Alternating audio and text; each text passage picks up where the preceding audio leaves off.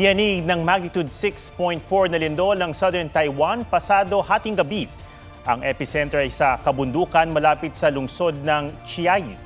Sa isang grocery store doon, nagbagsakan ng mga paninda. Sa Tainan City naman, tila hindi natinag sa pagyanig ang mga nagiinuman sa isang bar. Pero sa ibang lugar sa Tainan, ilang residente ang sinagip mula sa mga nasirang gusali. Di bababa sa 27 ang naospital ayon sa Taiwan Fire Department. Sabi naman ng Manila Economic and Cultural Office, 300 Pinoy na factory workers doon ang inilikas. Ilang aftershocks na ang naitala. Huwag magpahuli sa mga balitang dapat niyong malaman. Mag-subscribe na sa GMA Integrated News sa YouTube.